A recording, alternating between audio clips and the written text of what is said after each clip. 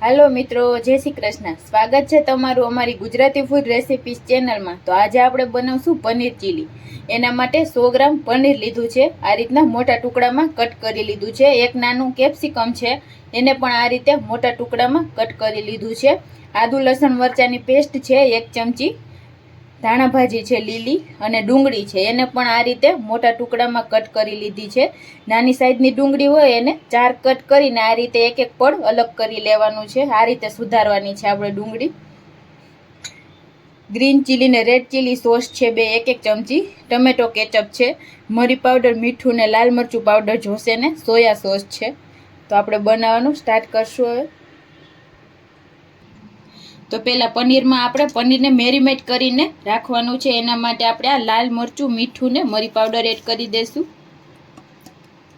एने आपणे मिक्स करी लेशुं।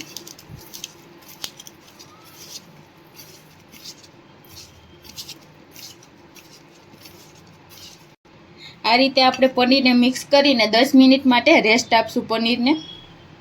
तो आपणे 10 मिनिट पनीर ने रेस्ट आप्यो तो हवे आपणे आने थोडुं फ्राय करी लेशुं तेल में।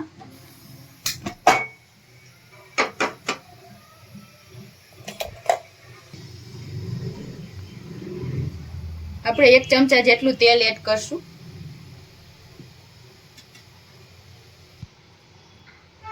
થોડું તેલ ગરમ થાય એટલે પનીરને આપણે આ રીતે રાખી દેશું।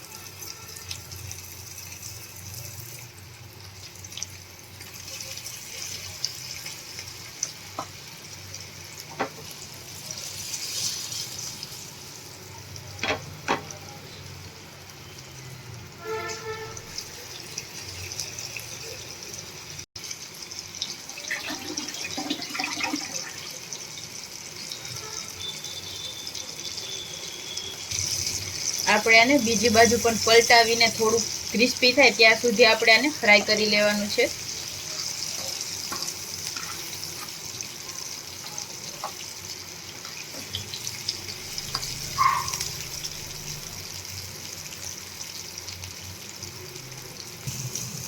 તો આપણે 3 થી 4 મિનિટ એકદમ સરસ આને ફ્રાય કરી લીધું છે। હવે આપણે કાઢી લેશું।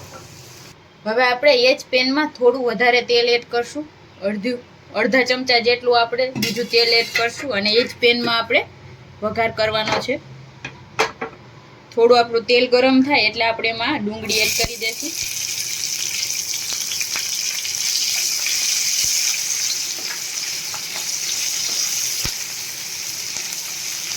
પાંચ થી 6 ડુંગળી લીધી છે આપણે।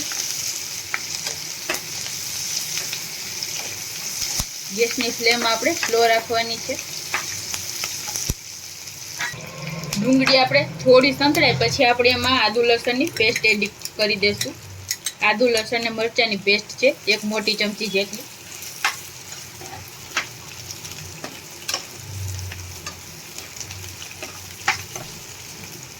એને પણ 1 મિનિટ માટે સાંતળી લેવાની છે। હવે આપણે એમાં કેપ્સિકમ એડ કરી દેશું।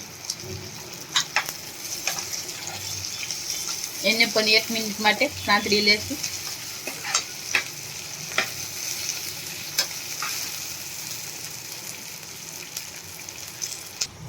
કેપ્સિકમ આપણું 1 મિનિટ સંતળાય પછી આપણે એમાં સોસ એડ કરી દઈશું। 1 ચમચી ગ્રીન ચીલી ને 1 ચમચી રેડ ચીલી સોસ છે, સોયા સોસ છે 1 ચમચી જેટલો, ટમેટો કેચઅપ છે 2 મોટી ચમચી। મિક્સ કરી લેશું।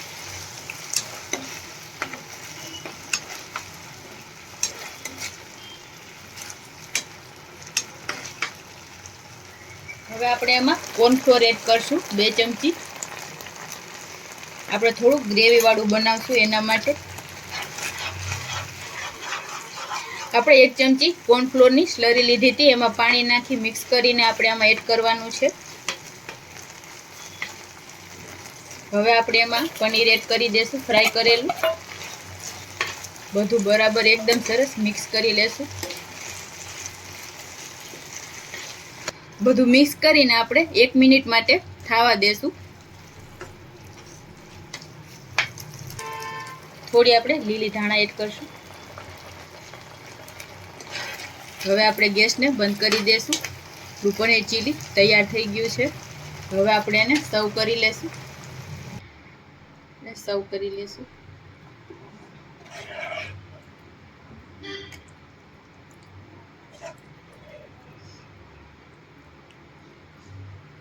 એકદમ ટેસ્ટી બને છે પનીર ચીલી.